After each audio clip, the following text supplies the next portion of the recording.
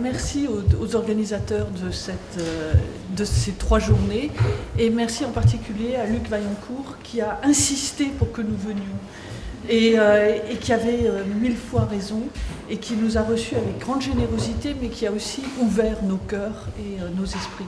Donc merci beaucoup. Donc je vais vous parler du récit de Jacques Cartier.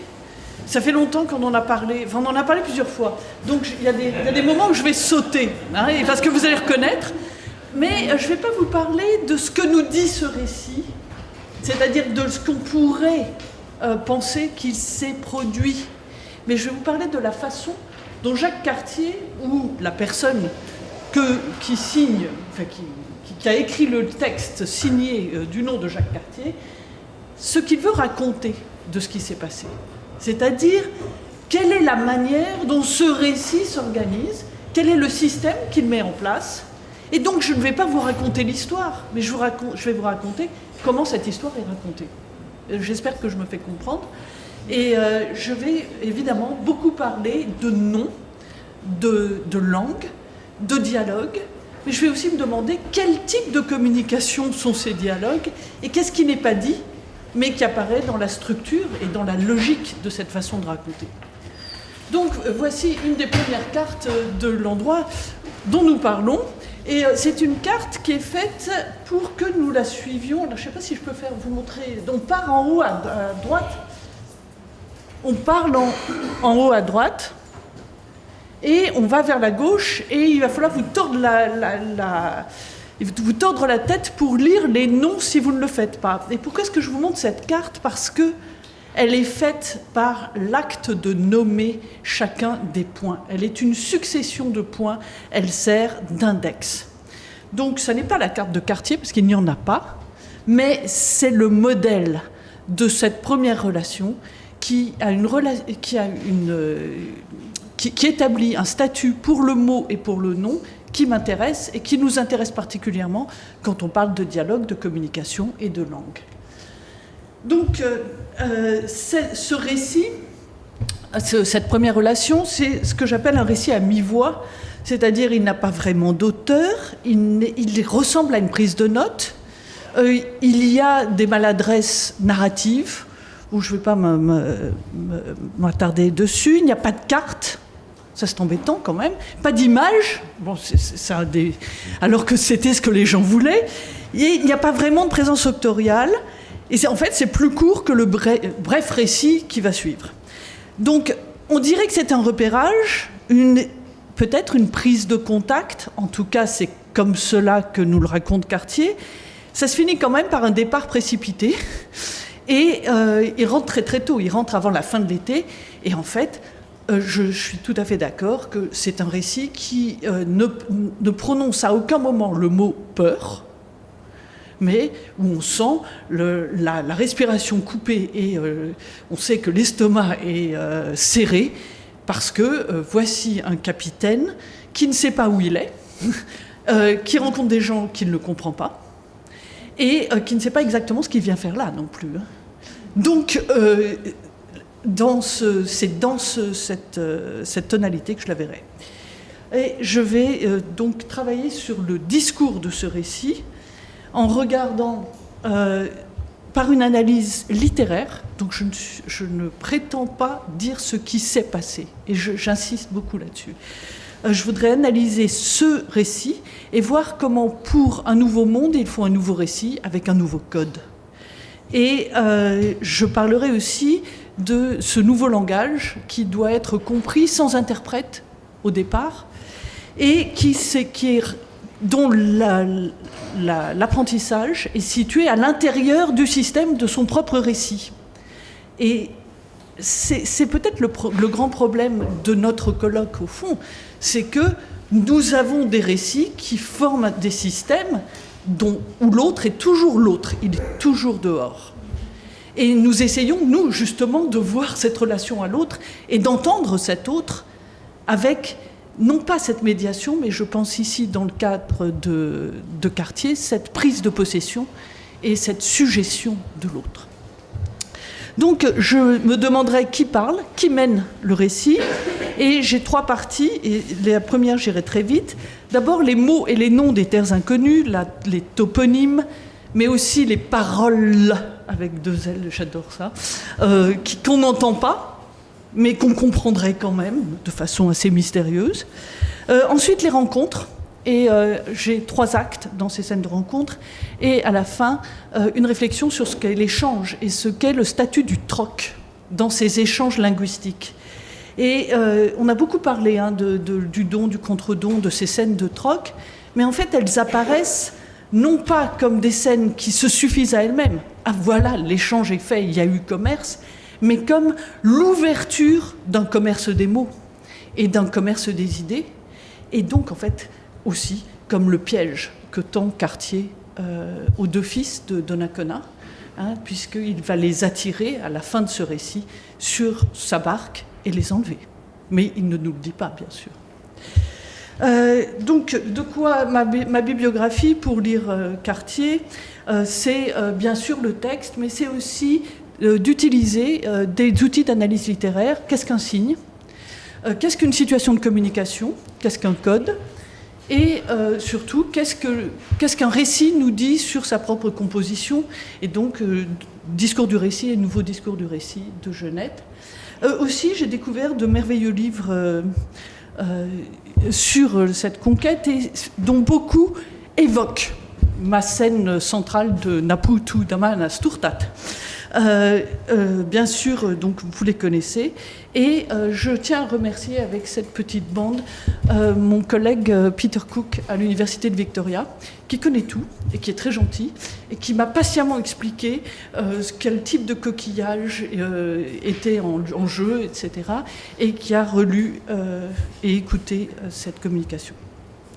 Donc, lorsque Cartier commence son récit, il le commence comme un récit de création du monde. Et il le commence sous le signe d'une messe et d'une autorisation et d'une mission. Et l'aventure qui va s'ouvrir, c'est une aventure de reconnaissance des lieux, mais aussi une aventure de connaissance. Il va tous les nommer. Et il y a vraiment un côté adamique avec Adam qui nomme... donc ça, vous l'avez là, ici, oui, pardon. Adam qui nomme tous les endroits, tous les animaux, et Cartier qui va nommer les endroits qu'il voit. Je vais très vite là-dessus. Cette tonalité adamique de la première relation est absolument absente de la seconde, même s'il y a encore des nominations. Mais elle est nécessaire à la seconde relation, puisque la seconde pourra utiliser les repères de la première. Deuxième chose, il y a dans les échanges avec les amis, qui sont toujours appelés amis, autochtones, une différence de tonalité immense entre la première et la deuxième relation. Dans la première relation, si quelqu'un ment, c'est Cartier. Et il le dit d'ailleurs, il dit « feignant de vouloir leur donner des petits à chaud », clac, il attire les 2 fils et les enlève. Dans la deuxième relation, feignant est employé 3 fois et non pas 1 fois, et à chaque fois, c'est à propos des autochtones dont on se méfie. Donc les amis sont devenus des traîtres. Je vais aller assez vite là-dessus. On peut dire que l'événement, la structure événementielle de ce premier voyage, c'est de donner des noms. De donner des noms aux lieux, mais aussi, plus tard, de prononcer des mots avec les habitants de ces lieux. Je passe à la suivante. Et on peut dire que cette nomination est une prise de possession qui semble évidente. Et c'est là-dessus que je voudrais m'arrêter un petit peu. Cartier ne se dit pas « Ah, mais ce lieu dont je ne connais pas encore le nom par les pêcheurs, a-t-il un nom dans d'autres langues ?» Il se dit « Ah, ce lieu me fait penser à tel lieu en France. Ce lieu, je l'ai découvert le jour de la Saint-Jean. Je l'ai découvert le jour de la Saint-Antoine. » Et pour lui, il est évident que son acte de nomination est motivé. Je vais aller assez vite là-dessus, parce qu'on en a parlé plein de fois. Il nomme les animaux qu'il ne connaissait pas, mais il va aussi nommer, et c'est là que je voudrais arriver, il va aussi nommer les lieux selon son propre nom. Donc un bon mouillage, c'est le hable Jacques Cartier. Et lorsqu'il trouve quelque chose, et ça, ce sera ensuite le développement de cette nomination, lorsqu'il a un bon port, non seulement il lui assigne un signe linguistique, le nom, mais aussi un symbole, la croix. Donc il y a 2 croix, une à Saint-Sevran et une au départ, après l'enlèvement. Allons beaucoup plus vite.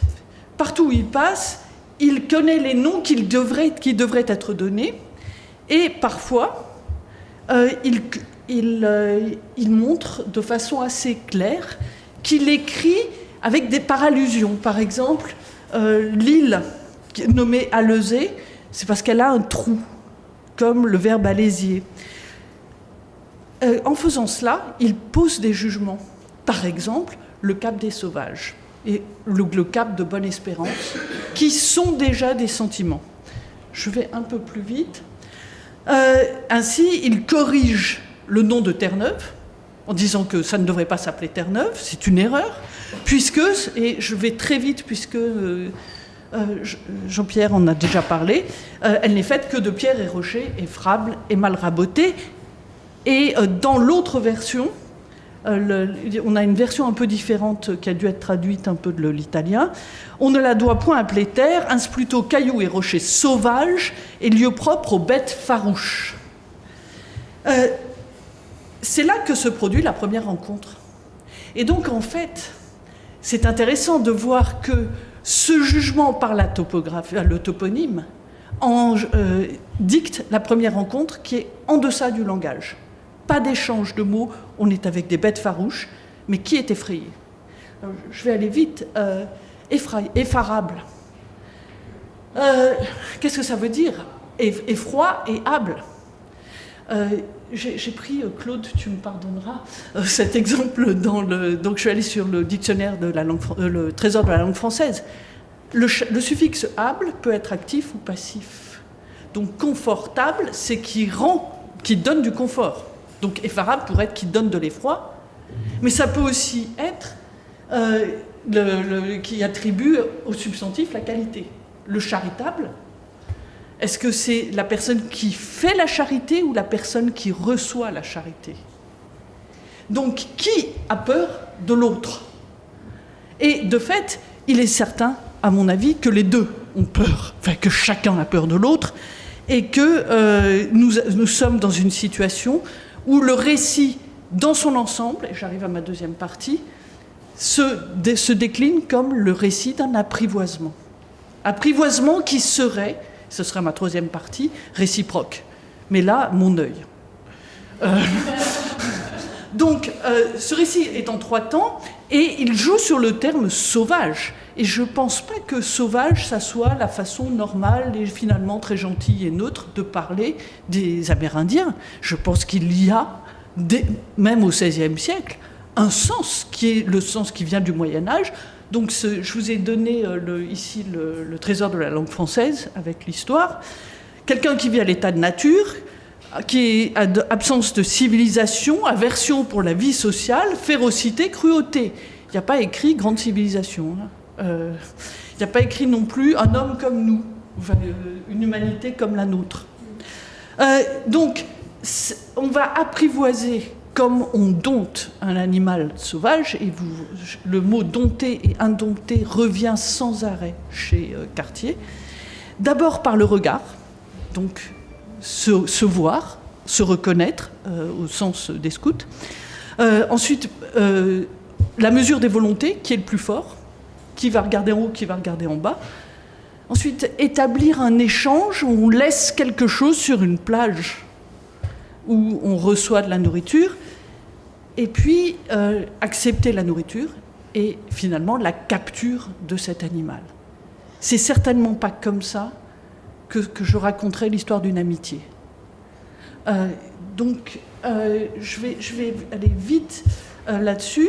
À la fin du texte, il y a une dernière rencontre qui est marginale.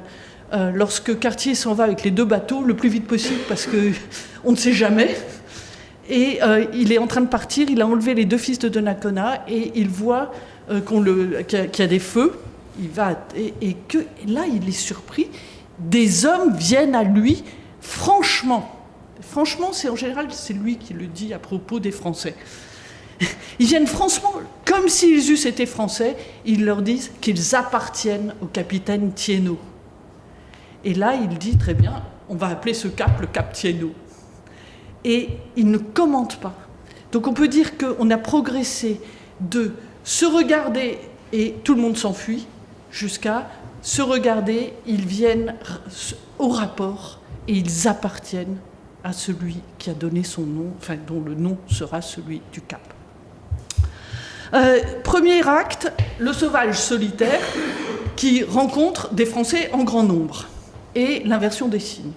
Donc c'est cette première tentative de communication qui se termine par un échec et qui va donner en fait la tonalité de la seconde. La scène est celle d'une inversion des signes, mais aussi c'est un petit ballet et c'est un pas de danse qui commence. Donc je vous la lis, si j'ai le temps. À celui cap, nous vint un homme qui courait après nos barques le long de la côte. Le cap s'appelait Cap des Sauvages, donc ça tombe bien. Et il nous faisait plusieurs signes que nous retournissions vers le dit cap. Je ne sais pas comment on passe de signes à que nous retournissions, qui est l'interprétation, sans dire que nous avons interprété comme. Et je ne suis pas sûre que ça veut dire venez. Ça veut vouloir dire à moi. Et en fait, à l'Ouest, donc dans mon université, mes collègues autochtones m'ont dit ça veut dire va-t'en, ça veut dire c'est à moi. Je suis chez moi, c'est moi. Donc, en tout cas, pour Cartier, qui n'a pas lu Saussure, et on ne peut pas lui en vouloir, ça va, il se dit, je comprends.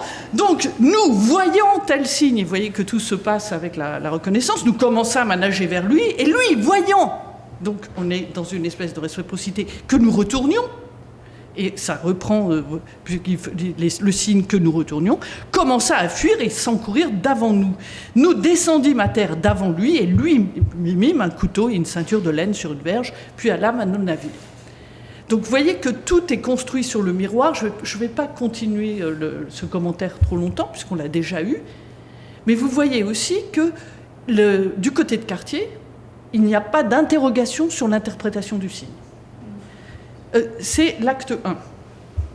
Deuxième, acte 2, la symétrique du premier échec. Cette fois-ci, on est le 16 juillet, les sauvages s'approchent, les Français s'en vont. Ce qui fait le rapport de force ici, c'est le nombre. Alors, pardon. Hop là.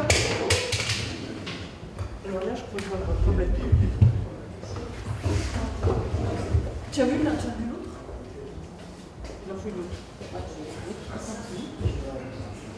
Tu peux...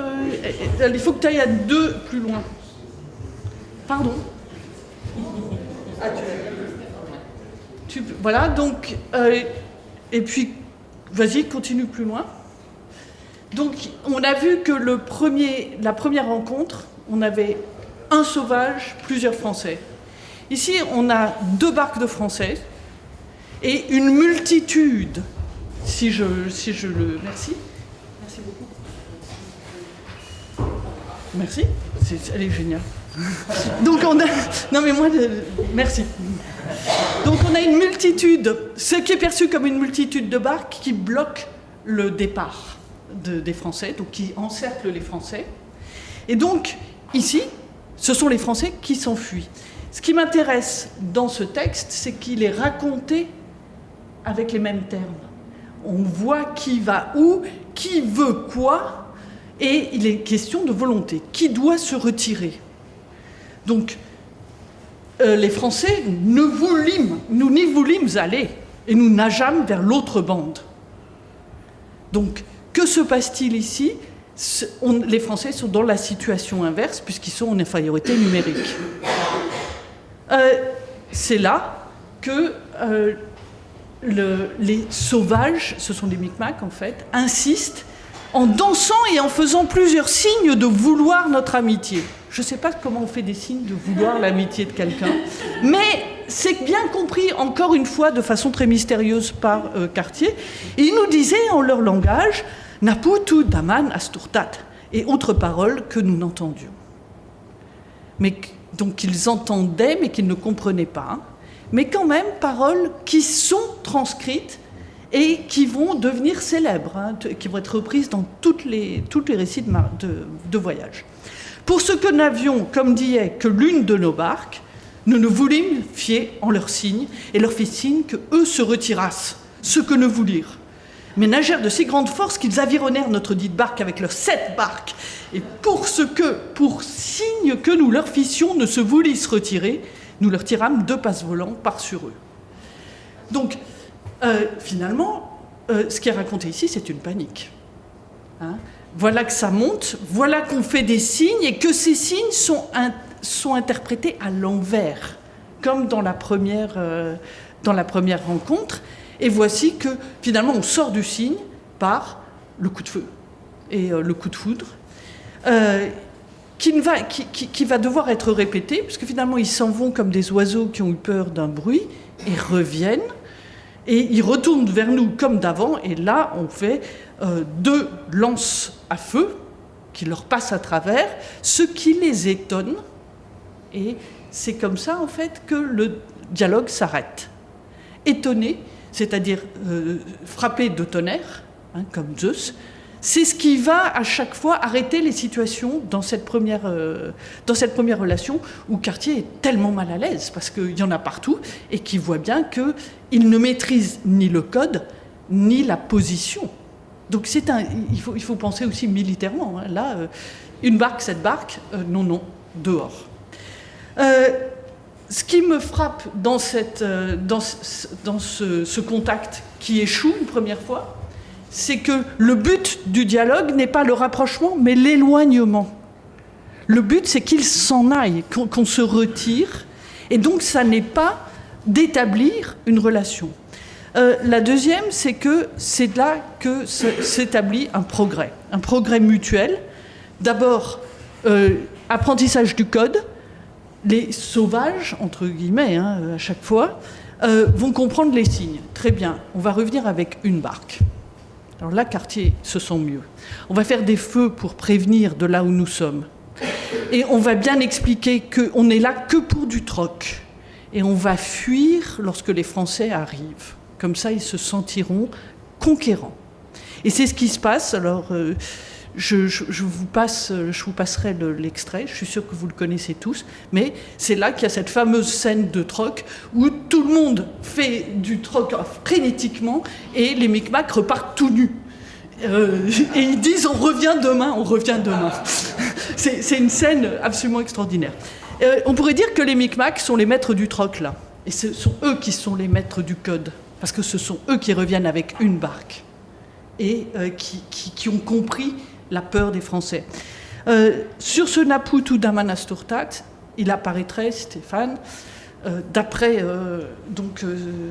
Eric Seaman et d'après aussi Peter Cook, que c'est un pidgin basque, portugais et quelque chose, et que ça veut dire Napu, neveu, tout, toi, daman, donne-moi, asturtat, quelque chose. Donc on vient pour échanger.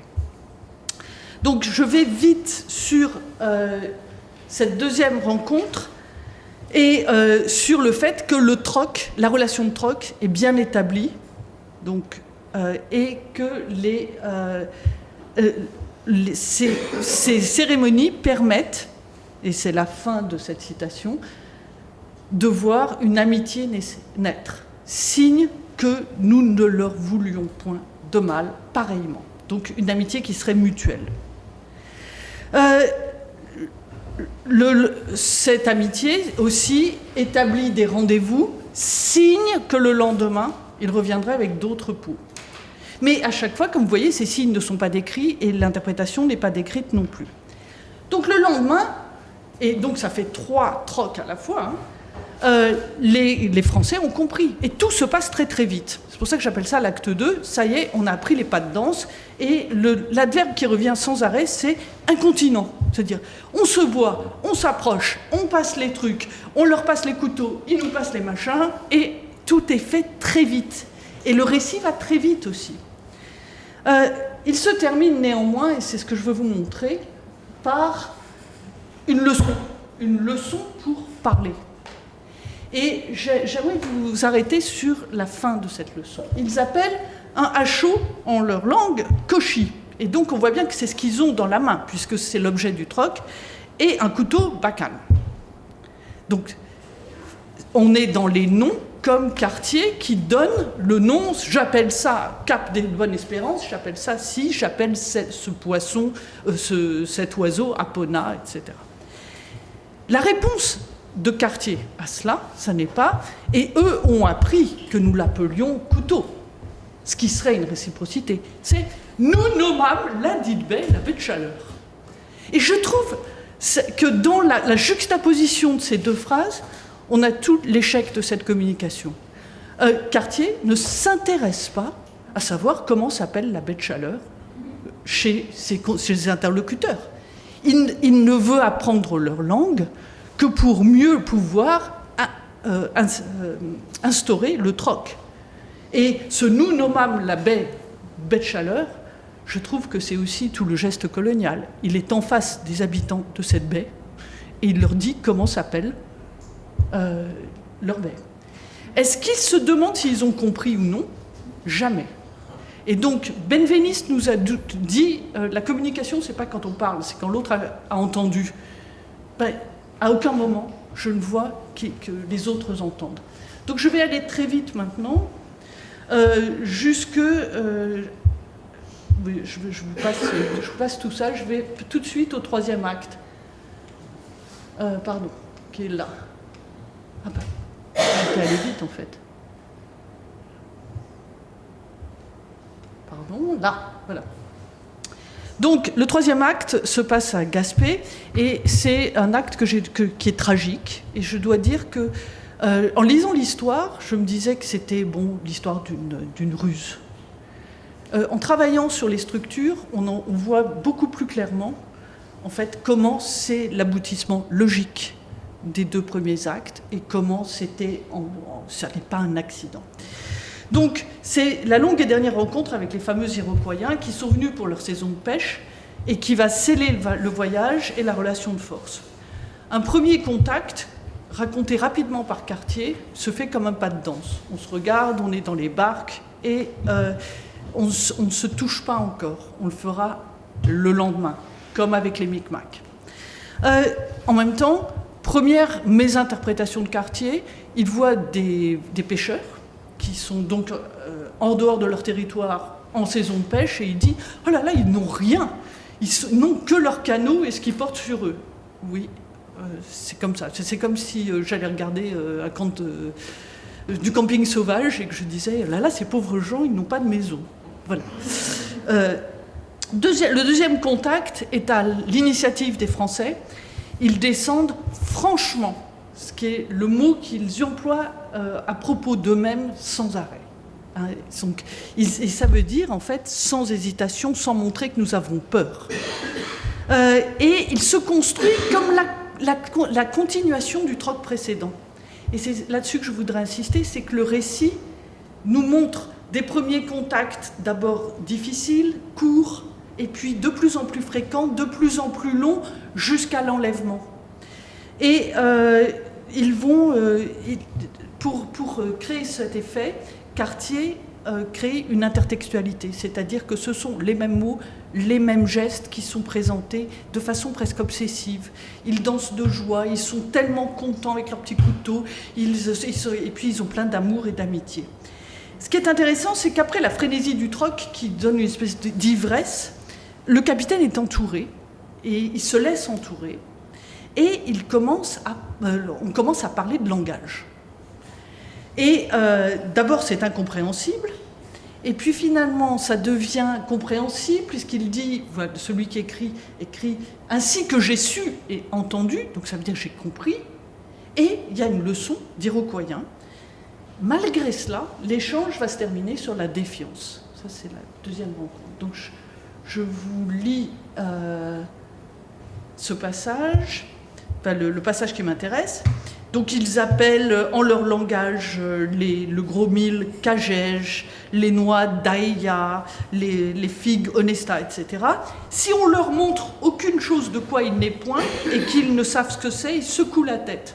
C'est bien, parce que secouer la tête, ça veut dire non, enfin, pas d'interprétation non plus, et disent nuda, c'est-à-dire qu'il n'y en a point et qu'ils ne savent que c'est. Et des choses qu'ils ont, ils nous ont montré par signe la façon comme ils croient et comme ils l'accoutrent. Ils ne mangent jamais chose où il y ait goût de sel, ils sont larrons à merveille de tout ce qu'ils peuvent dérober. Là, on a le même effet. Il est en train d'apprendre des mots et juste, il ne mange jamais de choses où il y ait de sel et ils sont larrons à merveille. Il reprend la position du capitaine et le jugement d'autorité.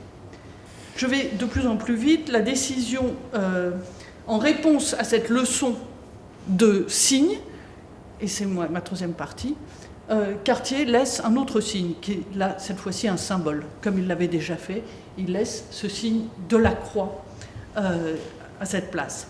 Et c'est là que tout se scelle.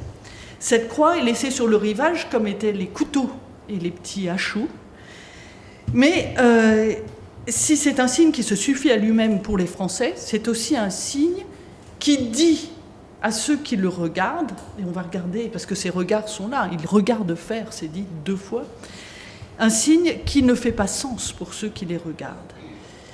Puisqu'il y a une inscription qui répond, en fait, à la devise des Micmacs, le Naput Udaman Asturtat, on n'a pas compris, mais on le garde, et ici, voici une inscription, vive le roi de France, qu'on ne comprendra pas. Cette conversation est décisive, elle est fatale, et elle inclut des signes, par 2 fois. D'abord le signe de la croix, qu'on leur a montré comment faire. Et il y a eu 2 passages où, comme les sauvages joignaient les mains vers le ciel, Cartier a dit par 2 fois, il ne sera pas difficile de les convertir. Donc là, mais c'était les autres, mais c'est pas grave. Donc là, il continue là-dessus et il leur montre le signe de la croix et ils font un mauvais signe de la croix avec 2 doigts. Je pense qu'ils font ça. Ça, c'est pas le signe de la croix. Oui, parce que donc ils disent la croix, non. Enfin, je ne sais pas comment ils le disent, mais donc on va regarder ça et ce sera ma conclusion. Donc cette croix qui est donc donnée à l'intérieur de scènes de troc. Hein. Donc je vous ai dit, ces scènes s'allongent. D'abord 1 fois, ensuite 2 jours. Maintenant, là où nous sommes, dans une scène de 3 jours. Nous fîmes faire une croix qui fut faite devant plusieurs d'eux, sur la pointe de l'entrée, nous mîmes un écusson, etc. Et Issel croix plantâmes sur la dite pointe devant eux, lesquels la regardèrent faire et planter. Donc c'est sous le regard de ceux à qui elle est adressée. Et après qu'elle fut élevée en l'air, nous mîmes tous à genoux, les mains jointes, en adorant Issel devant eux, voilà, et leur fîmes signe, regardant et montrant le ciel, que par Issel était notre rédemption. Alors vous me direz aussi comment vous faites signe que notre rédemption est là, et de quoi ils firent plusieurs admirations, moi aussi, en tournant et regardant Issel croix. Donc on est dans l'établissement, une fois de plus, de cette relation d'apprivoisement. Hein. Donc voici la croix qui est montrée. Mais il n'est pire sourd que celui qui ne veut entendre. Et donc, ici, on va avoir une scène où Cartier comprend les signes, ou croit les comprendre, et fait semblant de ne pas les comprendre. Donc, nous étions retournés en nos navires vers le capitaine, ça c'est Donnacona, et nous fit une grande harangue, nous montrant la dite croix et faisant le signe de la croix avec 2 doigts, et puis nous montrait la terre tant alentour de nous, comme s'il eût voulu dire que toute la terre était à lui et que nous ne devions pas planter la croix sans son congé. Ça me semble assez clair que Cartier a compris, je ne sais pas si c'est ce qu'on lui a dit ou non, mais dans son esprit, il a compris quelque chose. Après qu'il eut fini sa dite harangue, nous lui montrâmes une hache. Excusez-moi, mais quand je l'ai lu, je me suis dit, mais c'est quoi là? Il répond à ce qu'il a compris ou... Non, on revient au troc. Et on revient aussi, on commence en fait, la feintise, c'est-à-dire la trahison. Donc, nous, à cette harangue, on va répondre par « reprenons nos échanges d'avant ». Et comme pour un animal que vous essayez d'apprivoiser, on va montrer quelque chose à ces deux fils qui sont certainement moins méfiants que leur père. On va leur montrer quelque chose et on va les attirer avec la distance. Donc viens plus près, viens jusqu'à la barque. Vous remarquez le verbe feignant. Donc après qu'il eut fini sa dite harangue, nous lui montrâmes une hache, feignant la lui bailler pour sa peau, à quoi il entendit. Mais il comprend en fait la situation de troc, pas la ruse. Je me dépêche. Cuidant à voir la dite hache, et l'un de nos gens étant dedans notre bateau, mit la main sur sa dite barque, et incontinent, il en entra 2-3 dedans, et ils furent bien étonnés. Ben oui. Après ça, il leur montre grand signe d'amour. Donc, et on va leur donner à manger, et on va reprendre le troc, comme si rien ne s'était passé.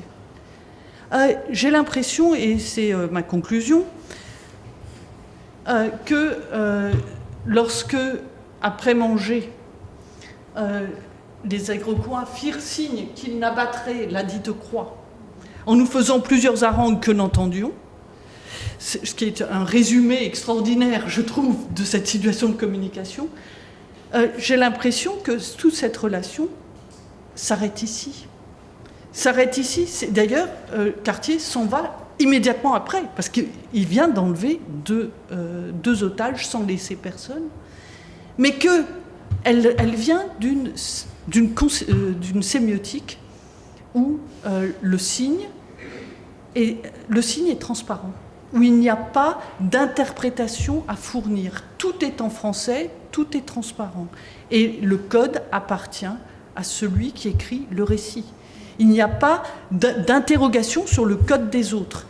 Et les autres, d'ailleurs, n'ont que des noms propres, noms de lieux, noms d'animaux, noms d'objets. Mais ils n'ont pas, et de nourriture en général aussi, ils n'ont pas un langage à proprement parler, et ils n'ont que cette petite devise. Pourquoi est-ce que ça m'intéresse beaucoup ? C'est qu'en fait, c'est le premier voyage sans interprète. Donc on pourrait dire, les pauvres, ils n'avaient pas d'interprète. Donc c'est pour ça qu'ils devaient prendre les deux jeunes, comme ça ils pourraient revenir, ça se passera mieux. Mais je n'y crois pas une seule minute. Ça va se passer dans la continuation avec les deux interprètes. Puisqu'au fond, une fois que ces sauvages auront un langage qu'on ne peut pas nier, on va les accuser de mensonges. Et donc la vérité va passer du côté du français qui raconte, et la deuxième relation, c'est celle de la méfiance, celle où on ne croit pas l'interprète et où on voit dans ces harangues et dans ces cérémonies des traîtrises qui empêchent la communication. Et merci de votre patience.